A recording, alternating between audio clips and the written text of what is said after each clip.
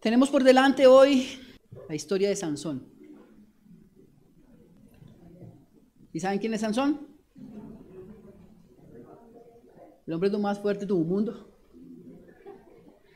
Sansón.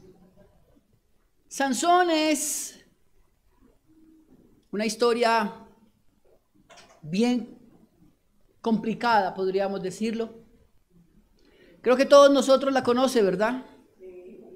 Sansón, el hombrecito muy fuerte que terminó pecando. Un hombre escogido desde el principio para un propósito santo, propósito que Dios cumple, pero a través de muchísimo sufrimiento de este hombre, de Sansón. Sansón, si usted busca por YouTube, espero que no lo haga, pero si lo llega a hacer, usted encuentra 200 millones de sermones de Sansón. Algunos muy famosos como el de un apóstol aquí en Colombia. El sermón se llama Las 7 guedejas. Tal vez usted lo ha escuchado. Y si no lo ha escuchado, no lo vaya a hacer. En ese sermón se centran en que cada una de las guedejas que colgaba, ¿qué es una guedeja? Una trenza. Cada una de las guedejas que colgaban del cabello de Sansón tipifican una característica que debe tener el creyente. Esa es una gran capacidad de imaginación para llegar allá. Porque realmente no son las guedejas, es lo que Dios hacía a través de Sansón. Usted encuentra, como le digo, muchísimos sermones acerca de Sansón. Yo creo que es uno de los temas más trillados de la Escritura. Y cuando me refiero a trillados es que se exponen mal. Lo decíamos hace 15 días, cómo se basan para estudiar la Escritura en un sistema de interpretación alegórica donde lo que les parece es lo que dice la Biblia, sacando completamente de contexto las historias bíblicas, como lo veíamos acerca de las murallas de Jericó. No es que le demos 7 vueltas a algo para poseerlo.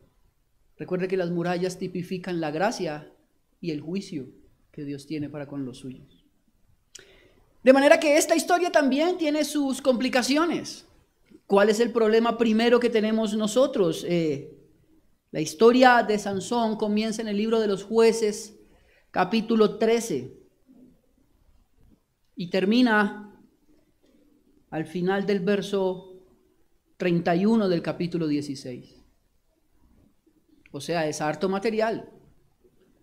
Son 96 versículos, son 4 capítulos. Y para nosotros que hemos venido estudiando por escenas, recuerda como la película, son 17 escenas. De manera, querido hermano, que por cuestiones de tiempo y de selección de material, no las vamos a ver todas. No se va a poner triste. Toca que apele a su imaginación y a la obra del Espíritu Santo para que vaya cuadrando escena tras escena. La idea es que usted pueda tener un tiempo y en su casa leer con detenimiento esta historia de Sansón. Sansón para el día de hoy es también visto como un Che Guevara,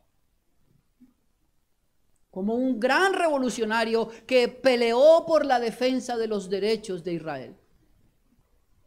Desde allí se han hecho otra serie de sermones muy liberales, donde casi que Sansón y Gustavo Petro son iguales. Muy lindos ellos, pero nada bíblicos. Sansón es un hombre que pelea por la justicia social, una cobija muy amplia pero solapadora del pecado. Y de eso hablaremos después. No, Sansón entonces también pasó a ser el ejemplo de lo que no se debe hacer. En algún sentido tienen razón, pero recuerde que el personaje principal de la Escritura es Dios. Amén. De manera que cuando leemos cualquier historia del Antiguo Testamento o algún pasaje del Nuevo Testamento, no se trata de mí, se trata de cómo Dios es exaltado a través de mí. ¿Vamos de acuerdo? ¿Por qué le digo esto? Porque Sansón se volvió un personaje altamente humanista, lo que moralmente no se debe hacer. Recuerde, nosotros no buscamos una alta moralidad, buscamos la santidad que exalta a Cristo. Son dos cosas diferentes. De manera, querido hermano, que tenemos por delante mucho material. Yo le ruego que se ponga los tenis, vamos a correr. Porque mi tarea en esta mañana es comenzar la historia y terminarla. Ruego a Dios poder hacerlo y que usted me tenga un pilín de paciencia. Lo primero que tengo que decir en esta mañana es la introducción al libro de los jueces. ¿Por qué? Porque si entiendo el proceso cíclico que este libro evidencia, puedo entender más fácil la vida de Sansón. Después de mí, alguien va a predicar este próximo domingo. Lo aviso para que vengan todos y lo juzguen. No, mentiras. La persona que va a predicar acerca de Gedeón, que es otro juez. Entonces, en ese sentido, quiero ayudar al próximo predicador dándole la introducción al libro, cosa que él ya no tenga que pasar por ahí, solamente se dedique a la historia. El libro, podemos ver algún resumen de él en el capítulo 2, vamos a leer del verso 11 en adelante. Jueces, capítulo 2. Para muchos, el libro de los jueces es un libro casi que político, que habla de cómo era gobernada la nación de Israel por medio de personajes tribales. Ahora bien, quiero decir algo aquí. Jueces es el ejemplo de lo que Dios hace a través de personas normales. En ese sentido es un libro carismático. Tranquilo, no se asuste. Cuando hablamos carismático, el término carisma hace referencia a un don que Dios otorga. ¿Ok? Cuando nos referimos a dones en el libro de los jueces, nos referimos a que Sansón, al igual que Gedeón, que Jefté, son personas naturales, normales, como usted y como yo, pero que Dios ha escogido con un propósito y le da un don. ¿Ok? Y a través de ese don, Dios hace cosas sobrenaturales con su nación. Por eso decimos que es un libro carismático, evidencia el don de Dios en personas naturales. No carismático en que Sansón orara en lenguas, ¿ok? O que Gedeón tocara a otro y se cayera ya patas arriba. No, es que hay un don para la liberación de su nación, ¿ok? El capítulo 2, verso 11 en adelante dice, o nos evidencia el ciclo que vive Israel tipificado en el libro de los jueces. ¿Qué es lo primero? Verso 11. Después los hijos de Israel hicieron lo malo ante los ojos de Jehová y sirvieron a los Baales. Esto es lo primero, hay una apostasía de parte de la nación. ¿Qué es la apostasía? Negar al Dios verdadero e irse detrás de un ídolo. Eso usted lo va a ver a través de todo el libro. La nación constantemente decidía abandonar a Dios. Esto nos deja ver algo que tiene que ver con nosotros, y es que Dios es absolutamente fiel a su verdad y al pacto que ha hecho con nosotros. Somos nosotros quienes podemos ser infieles. Dios no abandona a nadie, pero sus hijos sí lo abandonan a él. ¿Ok? Usted lo puede ver en la vida de muchas personas que tal vez vinieron a la iglesia con usted, oraron con usted, ayunaron con usted, creyeron supuestamente igual que usted, pero hoy están muy lejos del Señor. El libro de los jueces nos deja ver ese proceso de apostasía. La nación de Israel es la nación escogida por Dios, no puede olvidar eso. Y ahora, aparte de que son la nación escogida por Dios, están en la tierra que Dios les ha prometido. Y estando en esa condición, abandonan a Dios. Note el texto. Después los hijos de Israel hicieron lo malo ante los ojos de Jehová y sirvieron a los Baales. Vea el verso 12. Dejaron a Jehová, el Dios de sus padres. ¿Qué hicieron? Dejaron. Esa palabra es importante, es un abandono total. Dejaron a Jehová, el Dios de sus padres, que los había sacado de la tierra de Egipto. Y se fueron tras otros dioses, los dioses de los pueblos que estaban a sus alrededores, a los cuales adoraron y provocaron ¿qué? Eso también hay que subrayar. La primera parte del proceso es un abandono de parte de la nación de Israel para con Dios. ¿Cuál es la motivación de ese abandono? Los dioses de sus vecinos. Aquí hay que tener cuidado también con nuestro corazón, porque el mundo siempre nos va a gustar. Y fácilmente nos podemos descarriar. ¿Qué provocó esto? Aquí dice el verso. Provocaron a ira a Jehová. Esta es la segunda parte de este proceso cíclico. ¿Cuál es el primero? Hay una apostasía, un abandono del pueblo para con Dios. Lo segundo es que ese abandono provoca ira de Dios. Eso no lo podemos negar. Hay personas que hacen ver a Dios como un gran Papá Noel, como un gran Teletubby que quiere darle abrazo a todo el mundo. Bonachón, buena gente, lo más de lindo. Solo amor. Ojo aquí, Dios es amor. Amén. Pero es fuego consumidor. Dios, sin su ira, no sería Dios. Sería un alcahuete más. ¿Ok? No se nos puede olvidar. Alguien me preguntó, pastor, ¿y yo cómo sé que realmente soy un hijo de Dios? Le dije, ¿tú has pecado? Me dijo, sí. ¿Entiendes que has pecado en contra del Señor? Y me dijo, sí. ¿Y entiendes que esto que estamos haciendo hoy es una corrección de tu vida? Y me dijo, sí. Bueno, Dios solo corrige a sus hijos. Una muestra de que realmente somos sus hijos es que Dios nos corrige. Si Él nos entrega a una mente reprobada, ya estamos destinados a un juicio eterno en el infierno. Amén. De manera que eso estamos viendo aquí. Ellos pecan, abandonan a Dios y provocan ¿qué?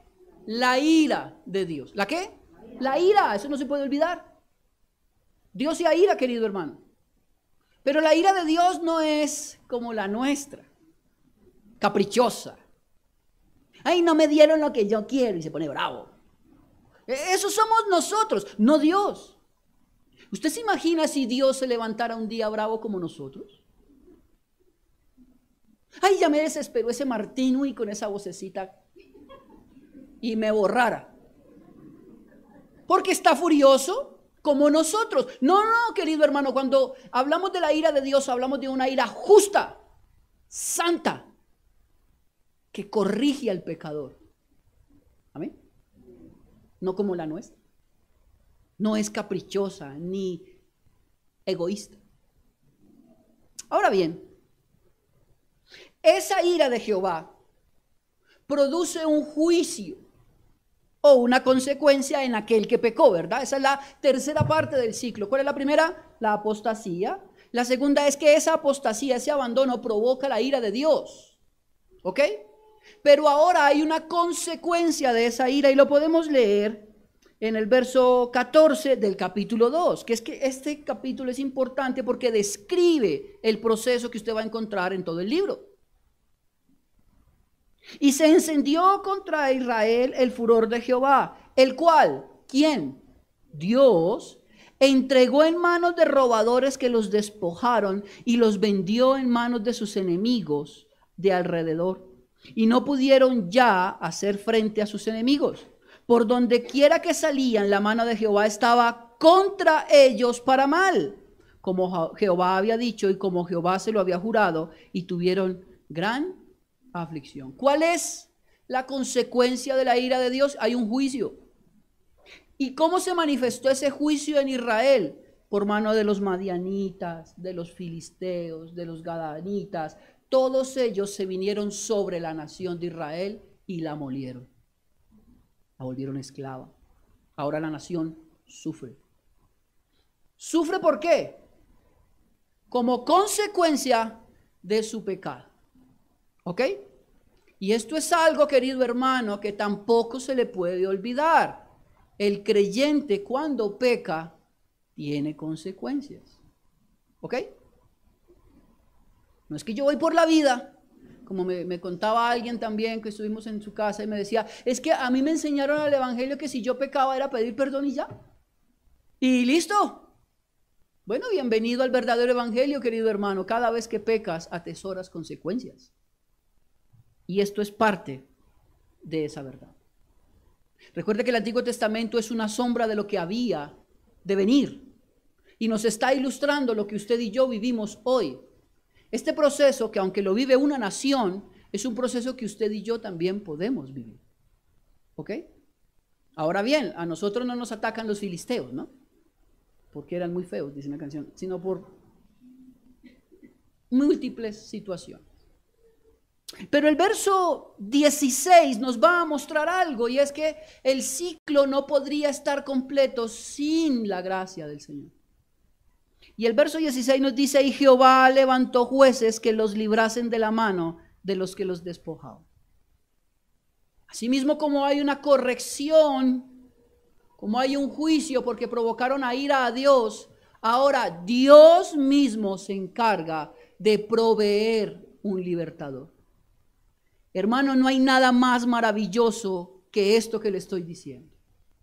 Usted y yo estamos también bajo una condición de pecado constante. Y usted y yo también hemos jugado con el pecado, pero no hay nada más espectacular que saber que el mismo Dios que me corrige provee para mí un libertador. ¿Quién es ese libertador para nosotros? Cristo. ¿Quién? Cristo, querido hermano.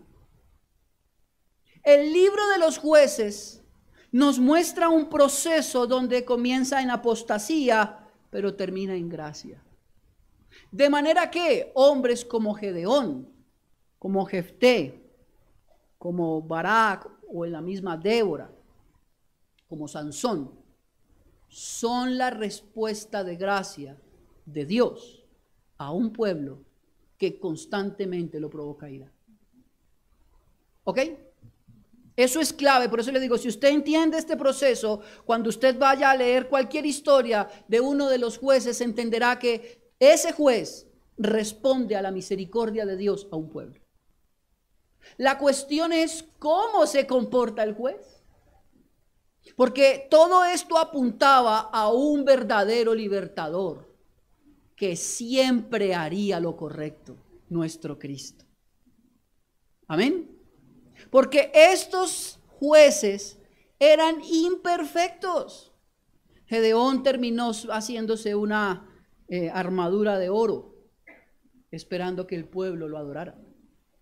Y comenzó siendo uno de los más pobres y más pequeños, pero terminó creyéndose el papichulo. Ahora piensa en Sansón. Sansón también cumple parte de este proceso. Y ahora sí quiero que vaya al capítulo 13. ¿Cuánto tiempo tengo?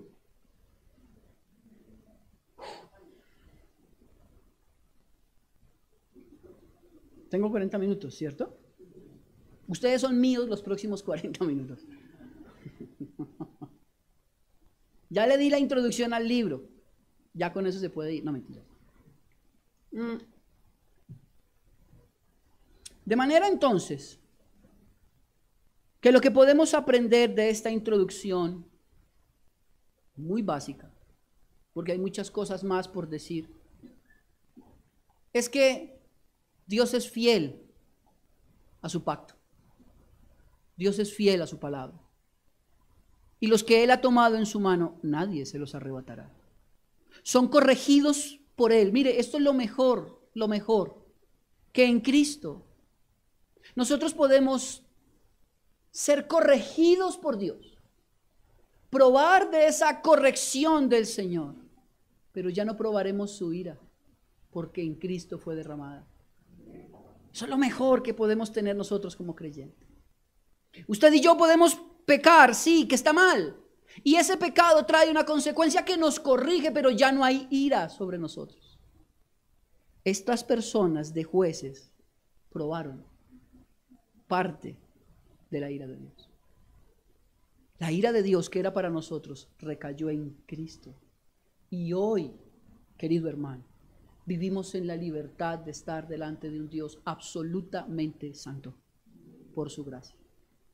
Y su amor se evidencia de tal manera, querido hermano, que aunque somos infieles, Él permanece fiel. Nos corrige, claro, porque Dios a quien ama, disciplina. Bendito sea su nombre. De manera, querido hermano, que cuando llegamos al capítulo 13 del libro de los Jueces, tenemos por delante la historia de Sansón. Vamos a verla en 3 grandes etapas. No puedo pedirle esta vez que piense tanto en las escenas, porque son muchas. Recuerde, son 4 capítulos, 96 versos y 17 escenas. Tendríamos material para los próximos 2 domingos. Y sería muy aburrido el pastor siempre hablando de Sansón. 3 grandes escenas. El capítulo 13, su nacimiento y su propósito. ¿Ok? Capítulos 14 y 15, su desarrollo como juez. ¿Cómo vivió? Y capítulo 16, su muerte y la revelación de su verdadera fuerza. Esas son las 3 grandes escenas o grandes momentos que veremos. Le repito, le pido que me perdone porque hay gran cantidad de material que no alcanzaremos a ver y que también es importante, pero que usted tal vez en su casa puede estudiarlo mejor. Le voy a enumerar nuevamente los 3 puntos. El capítulo 13, su nacimiento y propósito. El capítulo 14 y 15, su desarrollo como juez. El capítulo 16, su muerte y la revelación de su verdadera fuerza. Quiero que veamos el primero, su nacimiento y propósito del mismo. El verso 1 del capítulo 13 nos va a dejar ver el contexto en el cual, el contexto social, histórico, político en el que nace Sansón. Dice el verso 1, los hijos de Israel, ¿qué dice ahí? Volvieron. Recuerde que es un ciclo. Recuerde que esto es cíclico. El corazón del hombre es inclinado siempre al mal. Se necesita una obra sobrenatural de Dios para que nuestro corazón sea inclinado al bien. ¿Ok? Yo también se lo explicaba a alguien. No fue que íbamos en el camino pecando y peque y peque y peque y un día dijimos, ay, ya no quiero pecar más. Yo me acerco a Dios. Eso nunca pasó, querido hermano. Íbamos pecando, pecando, pecando y dice Efesios capítulo 2 del verso 1 en adelante que Él, cuando nos vio en delitos y pecados, tuvo gracia y nos salvó. O sea, no fue que paramos, Él nos detuvo. Amén. Y esto vemos aquí, los hijos de Israel volvieron a hacer lo malo. ¿Ante quién? Esto es importante también, este contexto nos deja ver que el pecado, el primer ofendido por el pecado del hombre es Dios. Note el texto. Ellos volvieron a hacer lo malo ante los ojos de Jehová. Tal vez a los ojos de ellos iban bien. ¿Ok? Y esto lo vamos a ver, esta pequeña apreciación. Esto es importante porque el escritor, yo siempre les he dicho, va dejando piedra sobre piedra para que podamos entender el final. Esto es algo que vamos a ver repetitivo en la vida de Sansón. Él actúa según su propio criterio, según lo que a él le parece. Porque en este principio vemos, como dice el texto, quiero acabarlo de leer, los hijos de Israel volvieron a hacer lo malo ante los ojos de Jehová, y Jehová los entregó en manos de los filisteos por ¿cuántos años? ¿Cuándo se terminaron estos 40 años? Hasta 1 de Samuel capítulo 7, verso 9 al 14. 40 años de sufrimiento. Quiere decir que Sansón no los libertó. ¿Ok? Porque, ay, Sansón es un gran libertador, como le digo, casi que no lo muestran como un Che Guevara. No, él no cumplió su función. Él empezó y eso lo vamos a ver más adelante, el ángel le dice a la mamá de Sansón, que por cierto nunca se sabe el nombre. Es como la mamá del chavo. Sabemos que tuvo mamá, pero no sabemos quién es. Nunca le dicen que él será el gran libertador, le dicen, él empezará a libertar. Y note que él empezará a libertar termina en algo, y es que esa obra la continuó Samuel, David, Saúl, y Cristo la terminó. Amén. Él no es el gran libertador. De manera entonces que aquí vemos cómo está la nación. Una nación que está cautiva por su pecado durante 40 años. Es una nación apóstata. Una nación complicada que ha decidido dejar a Dios a un lado. Pero también podemos ver que en medio de todas estas cosas hay un pequeño remanente que Dios conoce. ¿Quiénes son? Bueno, la mamá de Sansón y su papá. El nombre de él sí aparece. Manoah. ¿Ok? Esto se lo estoy tratando de ir parafraseando porque, le repito, por cuestiones de tiempo no alcanzamos a leer todo el pasaje. Sería importante que en su casa usted lo leyera. Prométame que lo va a leer. Bien, gracias. Gracias, hermano. Ella sí me quiere. No, mentira. Entonces, vemos aquí que aparece un ángel. El ángel trae una anunciación, más que un anunciamiento, una anunciación. Y le dice a esta señora, vas a tener un hijo, pero lo primero que le dice es que eres estéril. Verso 3, a esta mujer apareció el ángel de Jehová y le dijo, he aquí tú eres estéril. ¿Por qué tiene que dejar claro esto? Porque es un hijo dado por Dios. ¿Ok? No es cualquier fulano. Sansón, en el desarrollo de toda esta historia, es el juez que más se parece a Israel. Israel es una nación que no merecía tener la gracia de Dios, pero también la tiene. Israel es una nación que no hizo nada para formarse como nación, Dios la hizo. Y también es escogida del medio de todas las demás naciones para que en ella se viera o se evidenciara la gracia de Dios, ¿verdad? De la misma manera, Sansón también cumple algunas de esas características. Y la primera es que él no lo merecía, pero Dios decide que él nazca de una mujer estéril. No sabemos cómo se llama esta señora, pero sí sabemos su condición. Es estéril. Y al igual que Juan el Bautista, y al igual que Jesús, es anunciado por un ángel. Eso implica un propósito diferente. Pues usted ve, Juan el Bautista era el precursor de Cristo. Y Cristo era nuestro Salvador.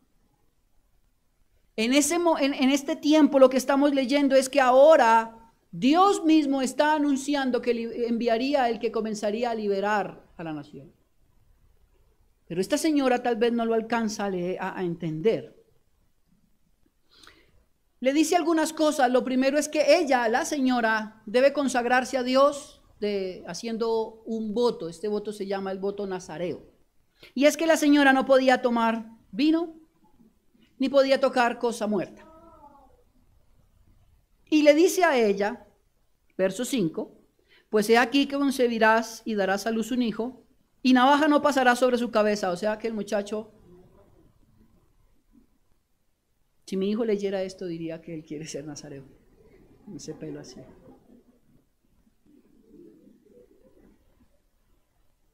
Que le dejará crecer el cabello al niño. Porque mire el verso, porque el niño será nazareo a Dios desde su nacimiento, y él comenzará a salvar a Israel. Note, comenzará a salvar a Israel de mano de los filisteos, no la salvará. ¿Ok? Es una obra inconclusa que solo Cristo terminó. Amén. Ahora bien, el punto clave de este capítulo es precisamente esto: entender que Sansón tiene un voto de consagración para con Dios. Eso es lo importante. ¿Qué tiene que ver eso con nosotros? Muchísimo. Porque el punto crucial del verdadero creyente es que entiende que es de Dios. ¿Ok? Eso es clave para la vida de todos nosotros. Yo no le pertenezco a mi esposa, aunque en un sentido figurado sí. Pero yo soy de Cristo. Yo soy de Él. Él ha decidido que Él perdona mis pecados, me lava con su sangre, me compra por medio de su sacrificio y yo ahora soy su hijo, soy suyo, soy de Él, de nadie más. Mis únicas cadenas son con Cristo. Mi primera obediencia es con Él. Mi mayor sacrificio es para exaltarlo a Él. ¿Me hago entender con esto? Debemos entender que Sansón es un hombre con un propósito, ya lo acabamos de leer, comenzar a salvar de mano de los filisteos, pero no por su fuerza, no por su capacidad, sino porque ha sido consagrado para Dios. Él es de Dios. Ni siquiera se pertenece a sí mismo. ¿Ok? Él es de Dios, como usted y yo somos. Ojo, somos de Dios. Amén. En este sentido, usted no puede darle rienda suelta a sus deseos, porque usted no se pertenece a sí mismo. Usted es de Dios. Amén. ¿Cómo se evidenciaba ese dominio de Dios sobre Sansón? Con su cabello creciendo. Ese voto nazareo de su cabello sin rapar era la evidencia externa que él era propiedad de Dios. ¿Ok? Si así fuera con nosotros, ¿cómo diríamos aquí? Un poco mechudos. Gracias a Dios que ya no necesitamos evidencias externas, porque el testimonio es interno del Espíritu Santo. Amén. Pablo lo dice muy claro. El Espíritu testifica a nosotros que somos ¿qué? Hijos de Dios. Ahora bien, de manera entonces que este capítulo tiene muchas cosas más, pero no, pues, por cuestiones de tiempo no alcanzamos. Este capítulo nos deja ver también la preocupación de un padre.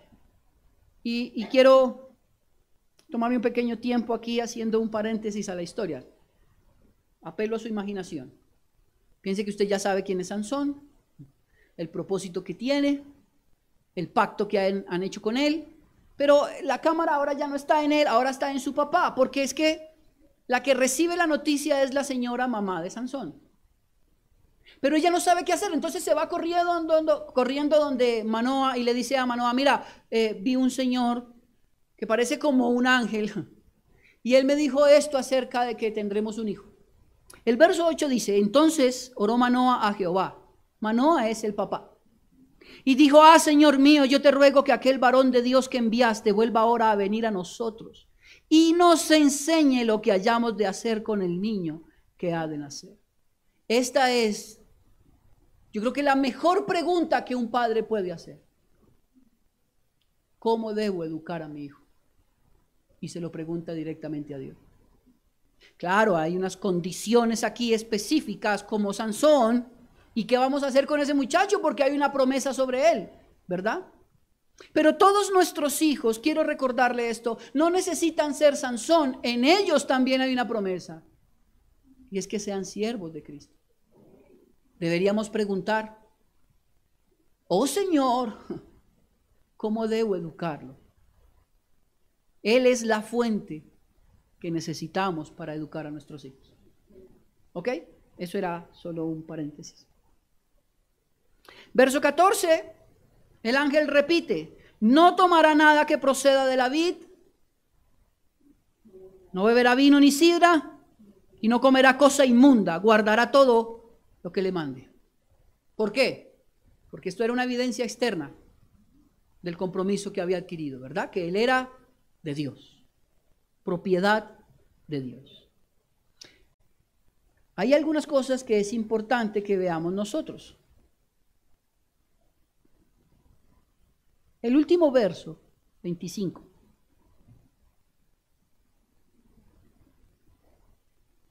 Y el Espíritu de Jehová comenzó a manifestarse en él en los campos de Dan, entre Sora y Estaol. Ese verso lo que nos deja ver es que Sansón no es un Arnold Schwarzenegger. No es un tipo así musculoso que se la pasa ejercitando sus brazos, sus bíceps, su chocolatina. Porque algunos lo ven así como un monstruo ahí. Es un hombre normal que de cuando en vez el Espíritu Santo viene sobre él y lo capacita con fuerza sobrenatural. ¿Ok? Él no tenía un gimnasio en su casa. Él no irá hasta el éxito, ¿no? Como ejercitando sus brazos ahí, creciendo. No. Este verso nos deja ver que es el Espíritu de Jehová el que se manifiesta en él a través de una fuerza sobrenatural. ¿Ok? ¿Eso es clave?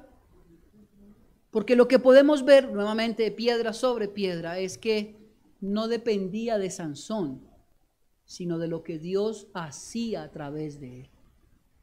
De cuando en vez vemos el Espíritu Santo venir sobre él y capacitarlo con fuerza sobrehumana para un juicio también sobre la nación de Filistea. No es que nos encontráramos a Sansón y viéramos un tipazo ahí cuadrado, no, un hombre normal.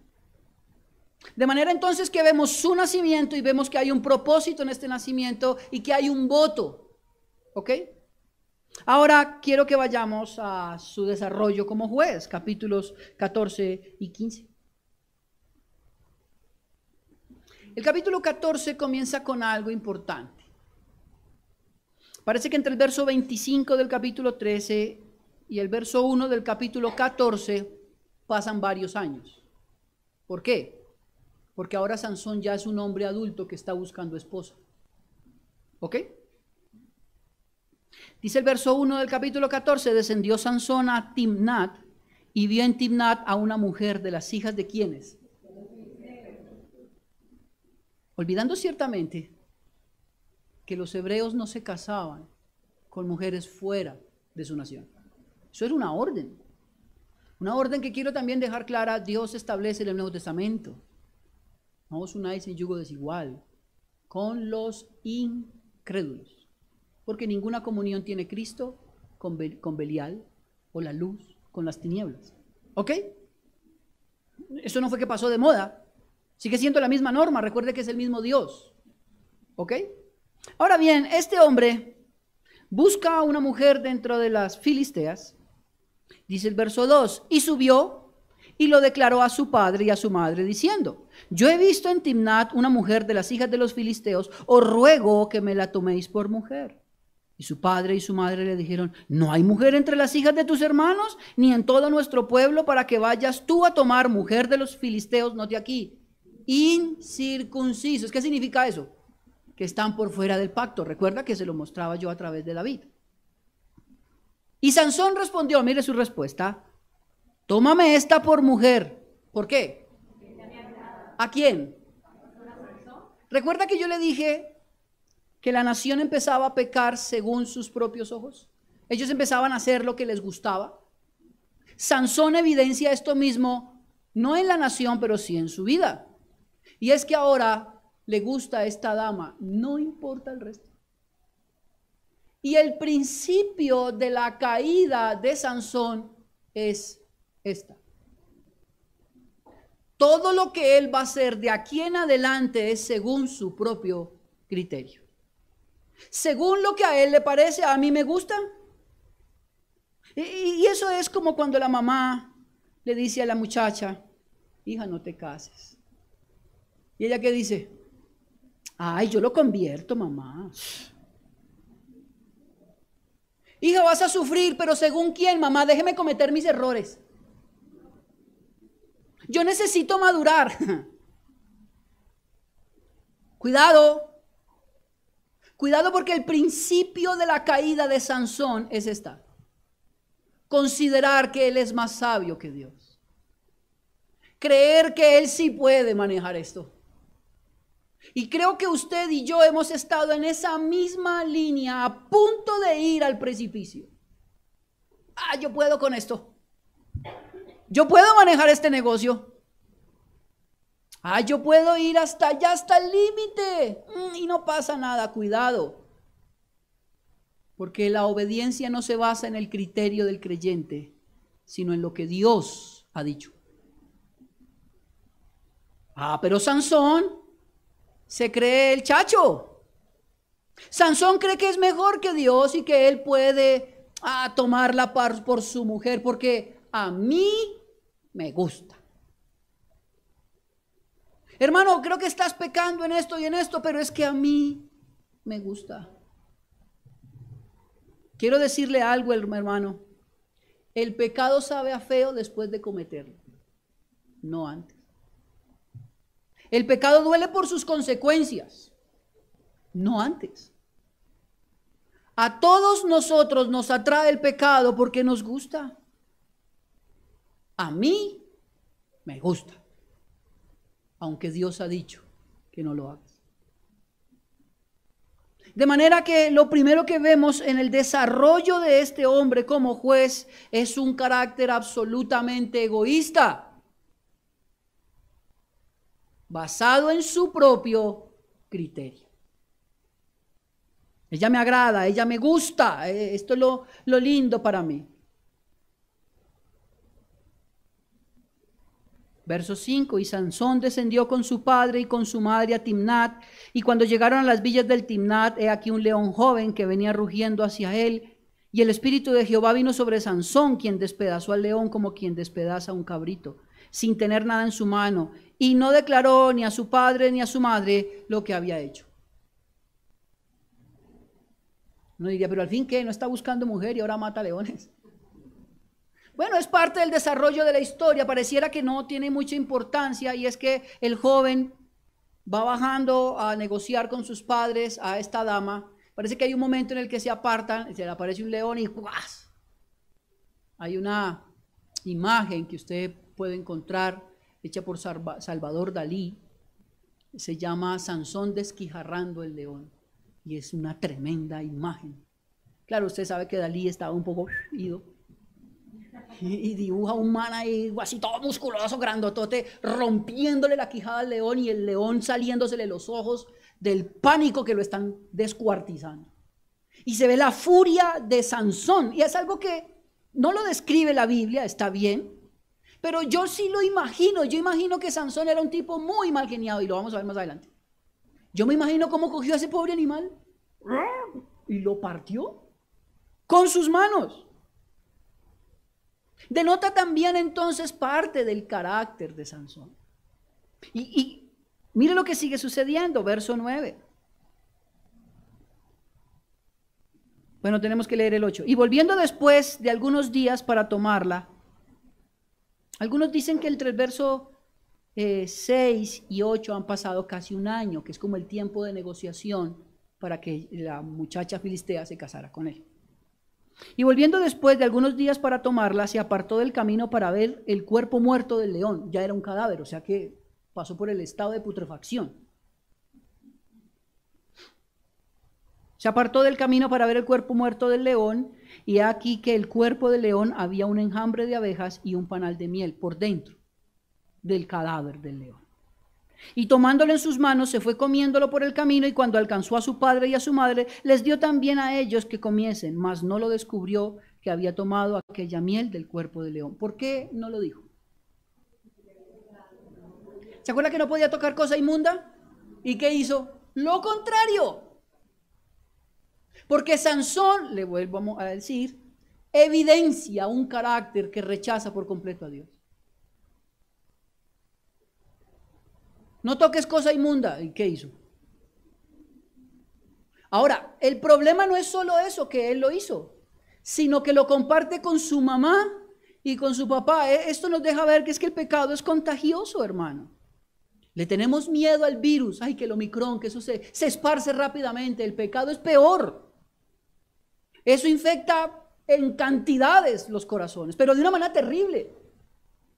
En esta ocasión su papá y su mamá no sabían que estaban pecando, pero esa no es la excusa delante de Dios. De manera que vemos entonces ahora a un hombre egoísta y un hombre que rechaza su pacto con Dios. Después de esto vemos que se casa, pero aquí hay algo importante: se casa pero nunca consuma el matrimonio. ¿Cómo así, pastor? Sí. Recuerda que él hace un enigma y reta a 30 personas que están allí en que si ellos no pueden resolver el enigma, ellos tienen que darle cada uno un vestido y ropa interior a Sansón. Pero si logran descubrir el enigma de Sansón, él debe pagarle a cada uno dándole su pieza de ropa. Son 30 piezas de ropa. Pasan 3 días de fiesta, porque primero es la fiesta y después se consuma el matrimonio. No al revés. Son 7 días de fiesta, de furrusca, de parranda.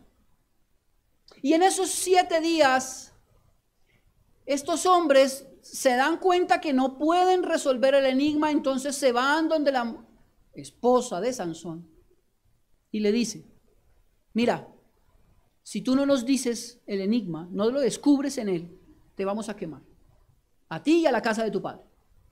Ella se va y le llora a Sansón.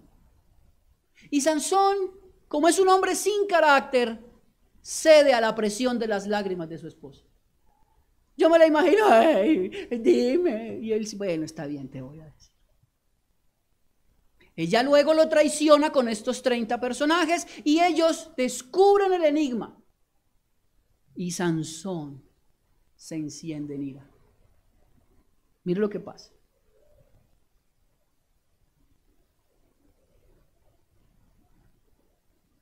El verso 16. Y lloró la mujer de Sansón en presencia de él y dijo: solamente me aborreces y no me amas, pues no me declaras el enigma que propusiste a los hijos de mi pueblo.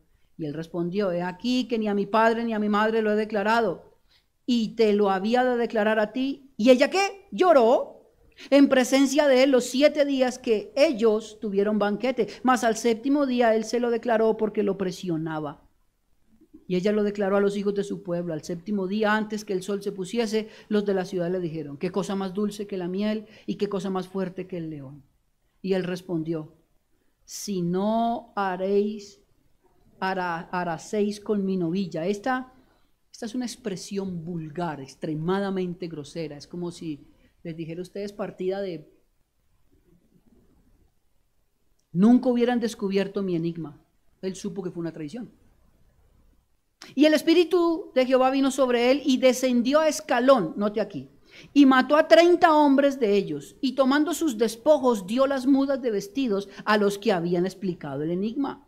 Y encendido en enojo se volvió a la casa de su padre, y la mujer de Sansón fue dada a su compañero, el cual le había tratado como su amigo.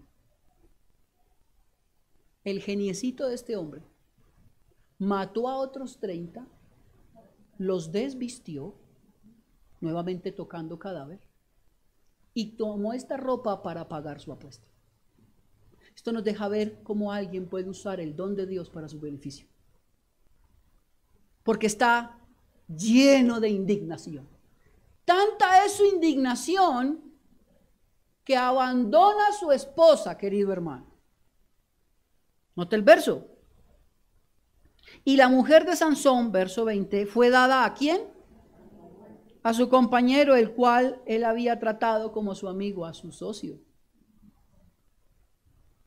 Su esposa no consumó con él, sino con su amigo. Pero no se queda la historia allí. Mire lo que sigue en el capítulo 15, verso 1. Aconteció después de algún tiempo. Es un poco más fácil encontrar cuánto tiempo pasó, porque dice: aconteció que después de algún tiempo, que en los días de la siega de trigo. Casi 4 meses después de que se había enojado locamente, volvió a la casa. Esto es un poco común, ¿cierto? Pero mire cómo vuelve. En los días de la siega de trigo, Sansón visitó a su mujer con un cabrito. Llegó con el peluche. Vengo a solucionar el chicharrón, el pararrayos. Con el pollo asado, dijo.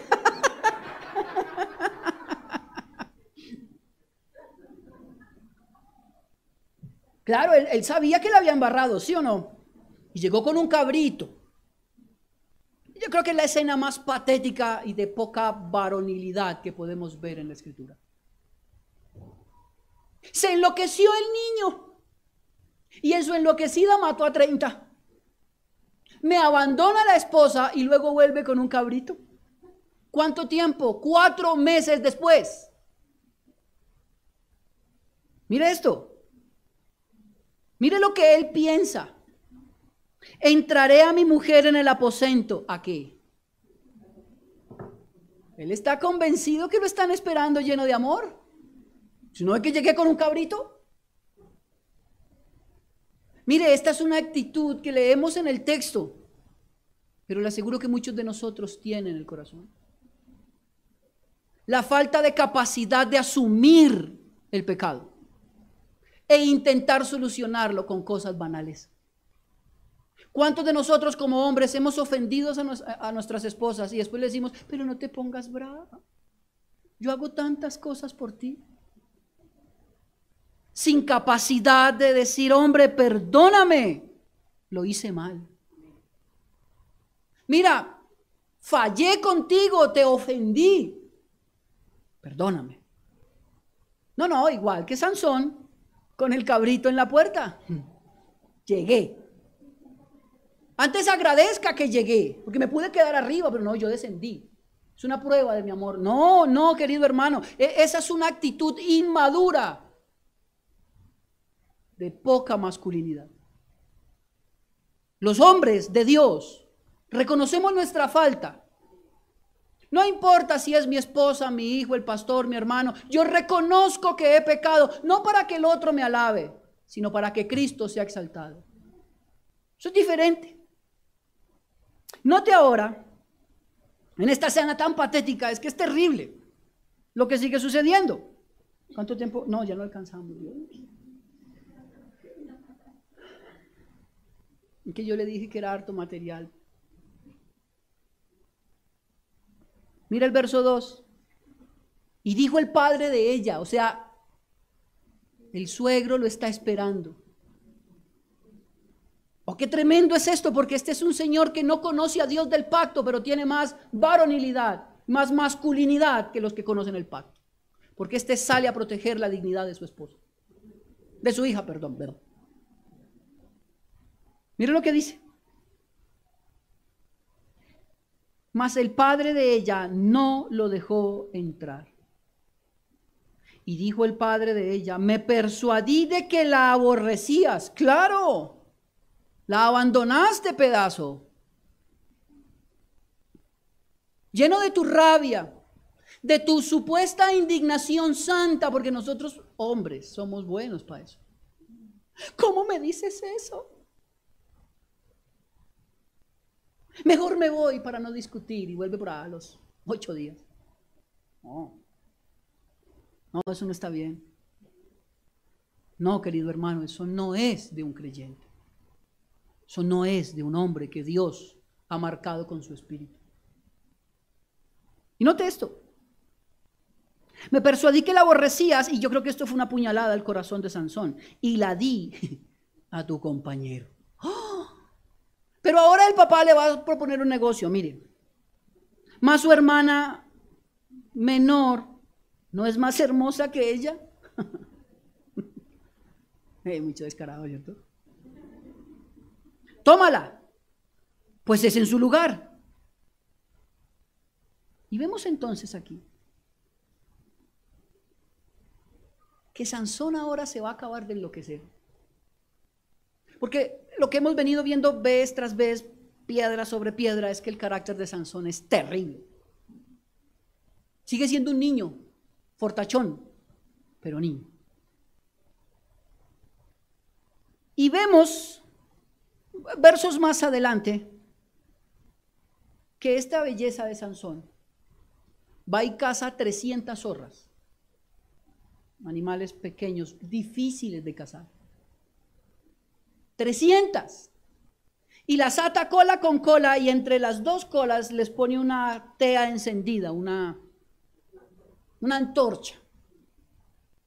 Y suelta a estos animales en los campos de cosechas filisteos. Imaginen cómo sería eso.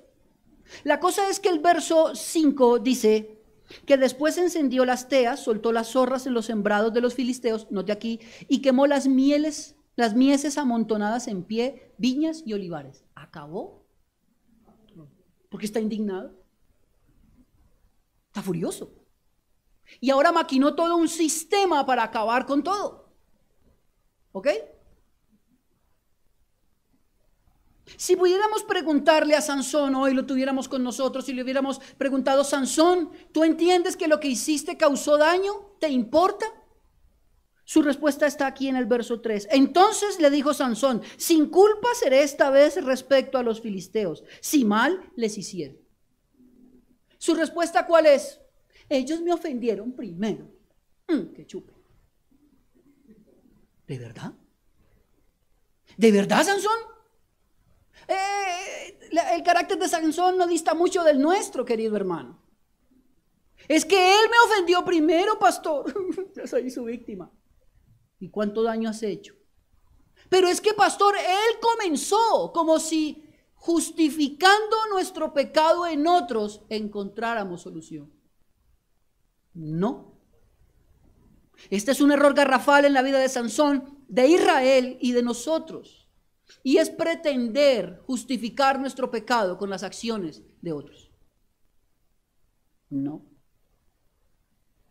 No hay justificación, querido hermano. Pastor, pero es que mi esposa se pone de un genio. Aprenda a amarla. Pastor, es que, miren, en la empresa no me pagan horas extras. Yo cuando veo que alguna cosita dejan por ahí, yo me la llevo como pago de las extras. ¿Está bien? Ladrón. No, pero es que quiero justificarlo de alguna manera. No, querido hermano. Nosotros vivimos con la cara descubierta para que Cristo sea glorificado. ¿Ok? Y vemos entonces cómo este hombre provoca algo terrible.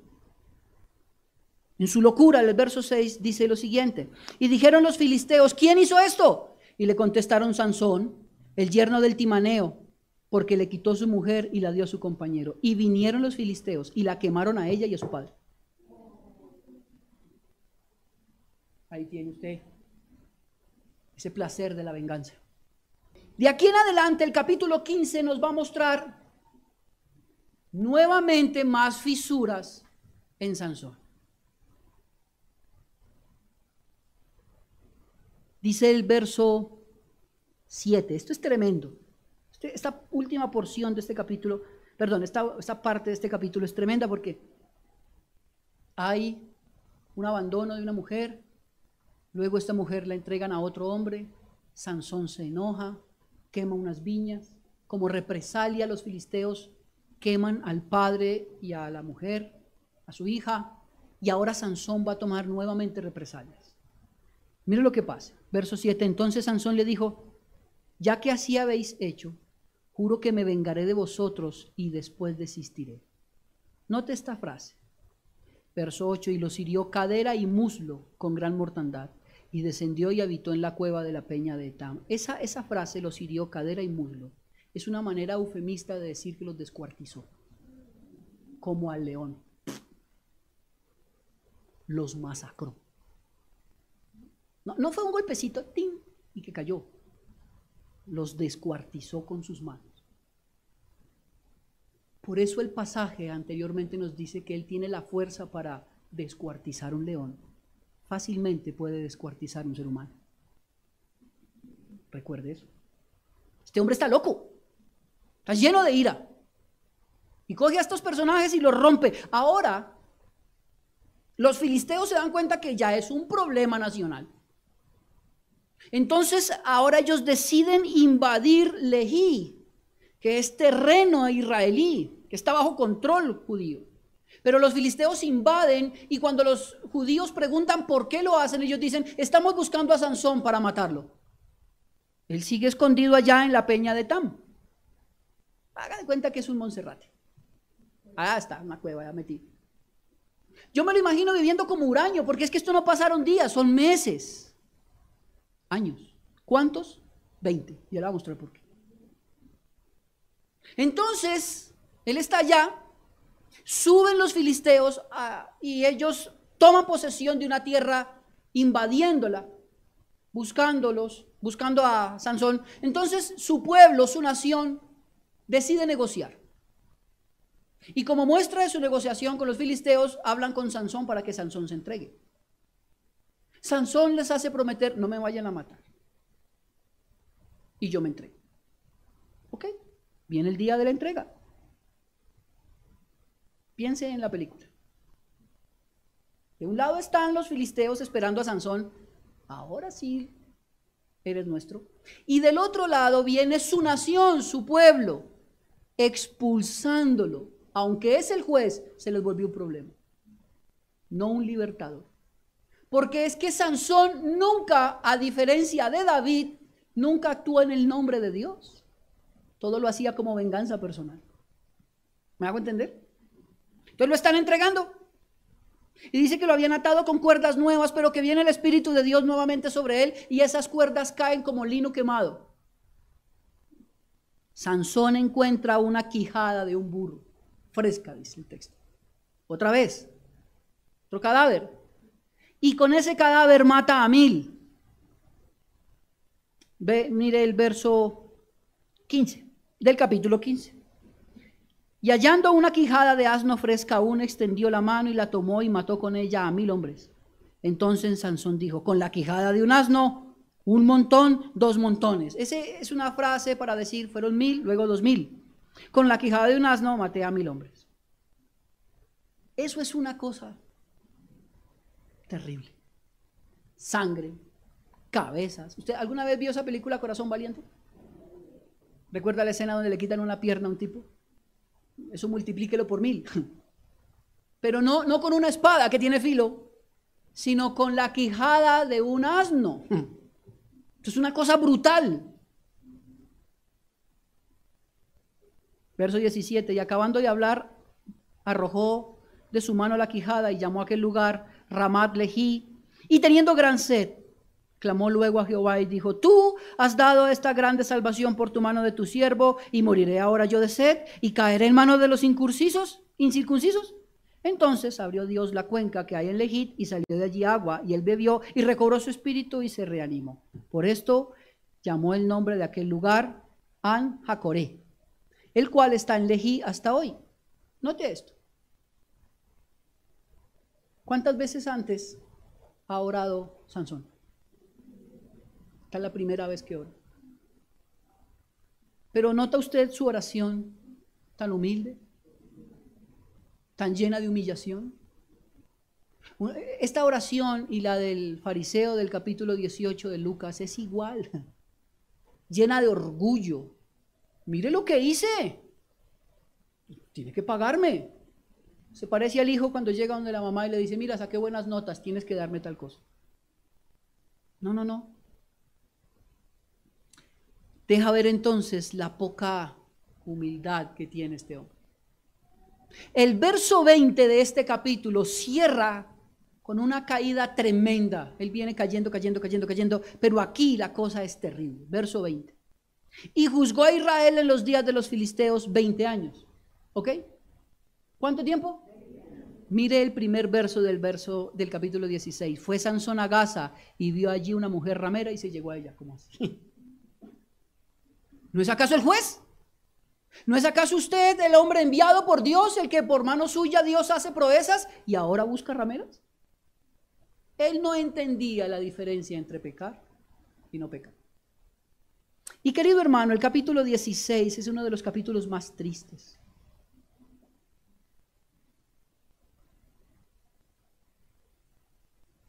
La trampa ya estaba puesta. Dalila. Creo que muchos de ustedes saben la historia, ¿verdad? Sansón cae con Dalila, y para hacerla un poco más corta. Que mi esposa me mire. Note esto. Dalila, el nombre Dalila significa la débil o la melancólica. ¿Ok? El nombre de Sansón significa el sol o el destructor. Se supone que se supone que Sansón es el hombre más fuerte de la Biblia y cae con la más débil. La débil lo destruye. La débil teje toda una red y espera a que su presa caiga. Sin importar que su presa había acabado de asesinar a 2000, o que había roto a un león, o que había descuartizado a hombres, ella se lo come vivo. Y es débil, melancólica, depresiva, llorona. El otro se considera lo más fuerte de lo fuerte, tanto que él puede pecar y no pasa nada. No importa. A mí me gustó esa ramera y me llegué a ella. ¿Y cuál es el problema? De hecho, dice los siguientes versos del capítulo 16, los primeros, que en esa ciudad le van a hacer una redada a los filisteos, lo van a atrapar y están esperando a que él salga de la casa de la ramera y cierran las puertas de la ciudad. No se nos va a escapar. Adivine qué hace Sansón. Coge las puertas, las arranca, se las echa al hombro y se va. Yo hago lo que quiero. A mí nadie me pone límites. Yo soy un alma libre. Cuidado. Porque hay una Dalila en debilidad esperando que caigas. Cuidado. Dalila es una mujer débil, pero absolutamente astuta. Y hay algo que el verso nos deja ver en el capítulo 16, verso 4, que pasa, y aquí es donde ya no hay forma de detener la caída de Sansón. Verso 4, después de esto aconteció que se enamoró de una mujer en el valle de Sorek, la cual se llamaba Dalila. El corazón de Sansón ya no era de Dios. ¿De quién era? Dalila. Se fue. Hermano, quiero mostrarle cómo esta mujer, a la cual le pagan 5 personas, le pagan 1000 ciclos de plata, que eso al cambio nuestro no alcanza a ser $5,000, que serían casi 20 millones de pesos. En su momento es una gran cantidad de dinero, pero 20 millones de pesos fue el pago para hacer caer a un hombre. Es que Dalila es mala. No, Sansón ya venía rumbo abajo y no había cómo frenarlo. Bueno, lo cierto es que esta mujer le dice, ¿dónde está tu fuerza? Y él empieza a salir con las mismas mentiras de siempre. No, mira, es que si me amarran con cuerdas nuevas, si me atan con cuerdas de junto frescas, si no, mira, si me amarran mis guedejas con tela de un telar. Esta es la más tesa. Porque mira el verso 14, dice, y ella le aseguró con la estaca y le dijo, Sansón, los filisteos sobre ti. Mas despertando él de su sueño, arrancó la estaca del telar con la tela. Piense en esto. Sus guedejas fueron amarradas con telas al telar y ancladas a tierra. Y él se levanta y sale el telar con él. Y corre. ¿Usted se imagina esa escena? Y en estas oportunidades donde él tuvo para arrepentirse, siempre termina sobre las piernas de Dalila. Ella lo logra dormir y lo acaricia. Algunos teólogos dicen que la zona donde vivía Dalila era una zona donde se producía muy buen vino. Y seguramente le metía sus drinkies y lo ponía a dormir. Él no debía beber, pero está con una mujer que no es judía y aparte de eso se emborracha para pecar. Bueno, lo cierto es que pasa lo que tenía que pasar. El verso 17 dice que él le descubrió su corazón. Su mayor secreto se lo contó a una impía.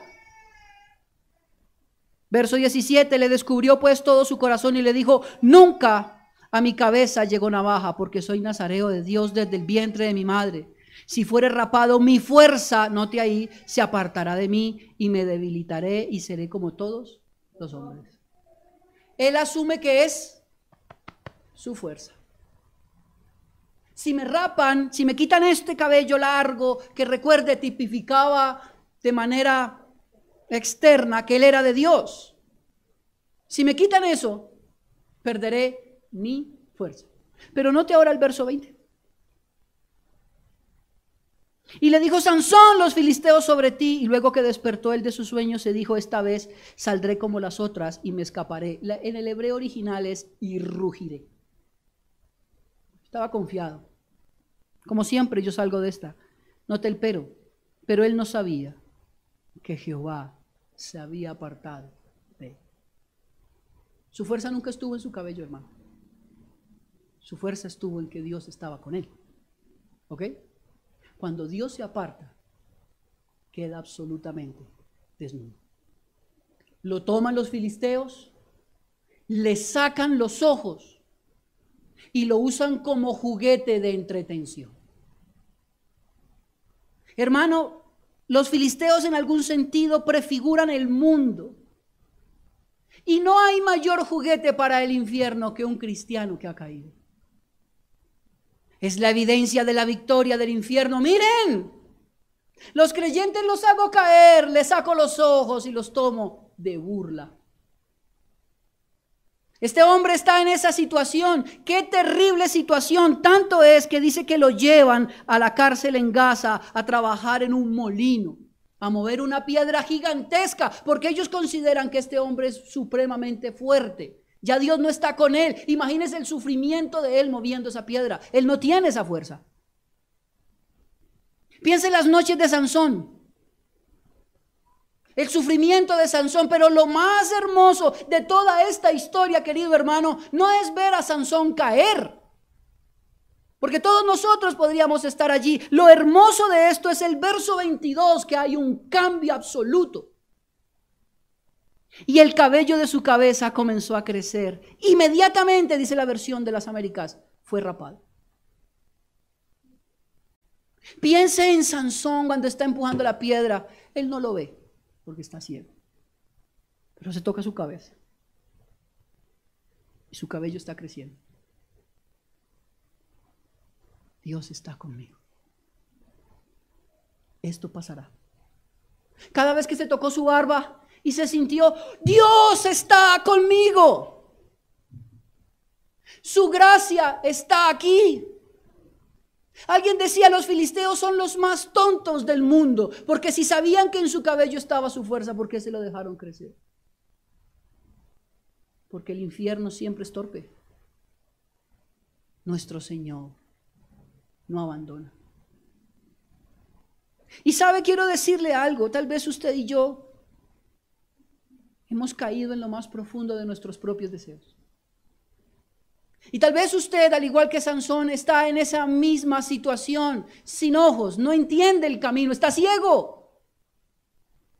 Pero recuerde, la gracia de nuestro Dios es infinita. Y para el creyente siempre habrán caídas radicales, durísimas, pero nunca una caída definitiva. El cabello vuelve a crecer.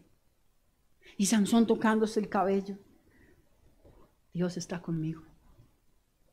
Hay esperanza para mí, como hay esperanza para todos nosotros en esta mañana. Su gracia es ilimitada. Y aunque hay un juicio sobre él por consecuencia de su pecado, Dios sigue siendo fiel a su promesa. Nunca, nunca te abandonaré. Nunca nos abandonará. Ese es nuestro Dios. Querido hermano, la historia cierra de una manera terrible. Algunos dicen, es un suicidio poético. Me cuesta un poco creer que es un suicidio en el estricto cumplimiento de la palabra. ¿Qué hace un suicida? Evade su realidad. ¿Qué hace un suicida? Toma su vida por su mano considerando que él debe darle fin a su situación porque sufre mucho. Cuando vemos el caso de Sansón, verso 28, es la segunda vez que ora. Entonces clamó Sansón a Jehová y dijo: Señor Jehová, acuérdate ahora de mí y fortaléceme, te ruego, solamente esta vez, oh Dios, para que de una vez tome venganza de los filisteos por mis dos ojos. Cambia un poco su oración, ¿no le parece? Las circunstancias lo rompieron. Las circunstancias le enseñan que todo está en Dios. Y su oración es la oración de un guerrero, no de un suicida. La oración es de alguien que sabe que está en pie de lucha y que ahora hay que dignificar el nombre de Dios en medio de esta tremenda payasada que el infierno montó. Y le dice al chico que lo acompaña: ponme sobre las dos columnas. Y ese día estaban todos los dirigentes de los filisteos y había tremenda fiesta, claro. Tenemos a Sansón, está ciego y vencido. Y se apoya sobre estas dos grandes columnas y pone toda su fuerza y pide a Dios: ayúdame. Y todo este gran templo se desploma. Y dice el final del texto que hizo más Sansón el último día de su vida, con su muerte, que lo que había hecho en toda su vida. ¿Por qué? Porque quiero contarle algo, querido hermano. Sansón era un vaso de Dios, como lo es usted y lo soy yo. Y Dios, en su infinita misericordia, decide actuar detrás de estos malos actos de Sansón para obrar en juicio contra la nación de los filisteos. Eso lo podemos ver desde el mismo capítulo 13, verso 4. Mas su padre y su madre no sabían esto, que venía de Jehová, porque él buscaba ocasión contra los filisteos, pues en aquel tiempo los filisteos dominaban sobre Israel. Quiero decir con esto que Sansón fue una herramienta de Dios para ir en contra de los filisteos. Pero Sansón pudo haberse ahorrado mucho dolor si hubiese sido un vaso de hombre. Querido hermano, esta historia de Sansón apunta a una vida de santidad para el Señor. Los dones espirituales, querido hermano, no representan la santidad de cada uno de nosotros. Los dones espirituales Dios los da o Dios los toma. Somos nosotros los que de manera libre queremos servir a nuestro Dios y nos santificamos para su gloria. Sansón nos deja ver dos cosas importantes. Una vida de mucho sufrimiento por desobediencia, pero una gracia de Dios ilimitada para con los suyos. Dios está en medio nuestro. Y no sé cómo ha sido su vida. No sé si usted aquí sentado está luchando con un pecado. Quiero decirle que en esta mañana hay gracia para usted. Quiero recordarle que no hay límites para los que somos de Dios. Él siempre está a la puerta. Muestra de eso es el padre del hijo pródigo, siempre esperando a su muchacho. Su cabello también va a crecer si a usted ha sido golpeado, machacado, el mismo infierno lo ha golpeado. Quiero decirle que la gracia está con usted. Su cabello también crecerá. También hay esperanza para nosotros. Hubo esperanza para Sansón, un pecador extremo, pero para él había una gracia radical, la cual hay para usted y para mí. Sansón entonces es el hombre más fuerte de la Biblia. Físicamente sí, espiritualmente no. ¿Necesitamos ser como Sansón? No. Necesitamos ser como Cristo. Oremos. Padre, gracias por esta mañana. Gracias por tu palabra, la cual siempre es viva y eficaz y más cortante que espada de dos filos, Señor. Gracias. Gracias por el cuidado que tú tienes con nosotros. Y te rogamos en esta mañana, mi buen Dios, Que tu gracia nos embargue, tu gracia nos llene, tu gracia modifique nuestros pensamientos, nuestras emociones, nuestros sentimientos. Es tu gracia, Señor, la que nos deja ver la obra de Cristo, pero también el poder que emana de Él para vencer el pecado.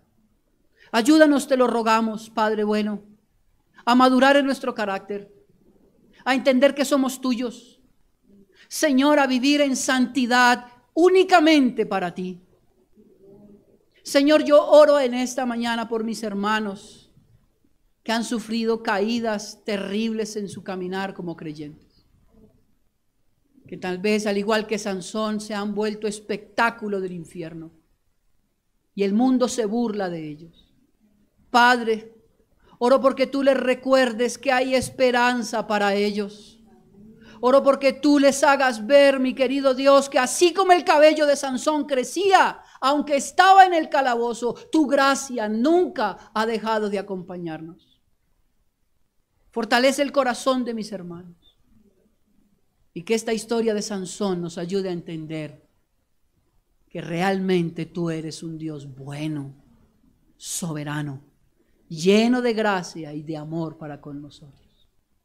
Gracias, oh mi Cristo, por escogernos de lo peor, Señor. Porque como lo dijo Pablo, de los pecadores, yo soy el primero.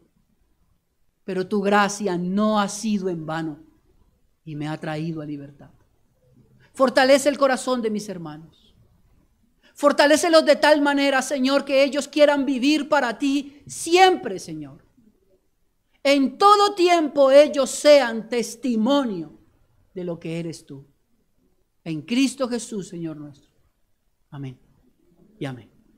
Hermanos, que el Señor les bendiga, el Señor les guarde y nos vemos, si el Señor lo permite, el martes en oración. Bendiciones.